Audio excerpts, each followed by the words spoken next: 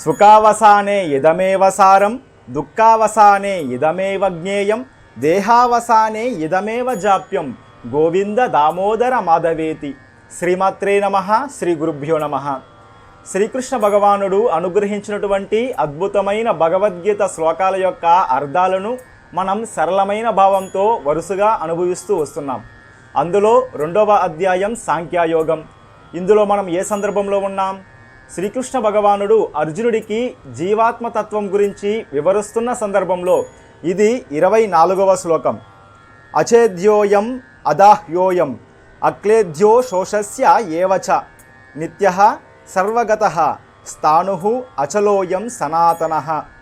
అంటే ఓ అర్జున, ఈ సమస్త ప్రాణులలో ఉన్నటువంటి జీవాత్మను ఎవ్వరూ కూడా ఏమీ చేయలేరు.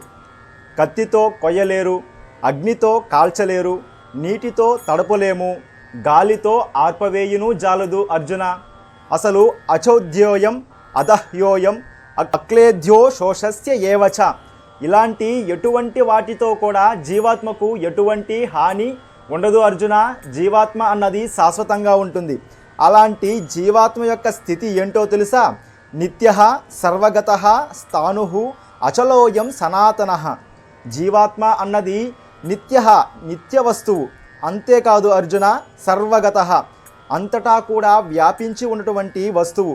స్థాణుః అచలోయం, స్థిరంగా ఉంటుంది జీవాత్మ. ఆ జీవాత్మను ఎవరూ కూడా అచలోయం, కదపలేము అర్జున. అది సనాతనః, ఆ జీవాత్మ అన్నది సనాతనమైనది.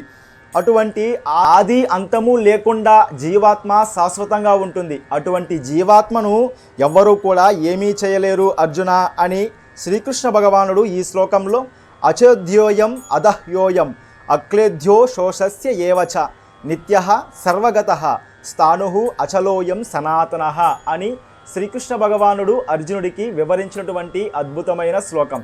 ఇంకా శ్రీకృష్ణ భగవానుడు ఈ జీవాత్మ గురించి అర్జునుడికి ఏం చెప్పాడు అన్నది మరొక భాగంలో తెలుసుకుందాం. కృష్ణాయ వాసుదేవాయ దేవకీ నందనాయ చ నందగోపకుమారాయ గోవిందాయ నమో నమః. శ్రీమాత్రే నమః. శ్రీ గురుభ్యో నమః.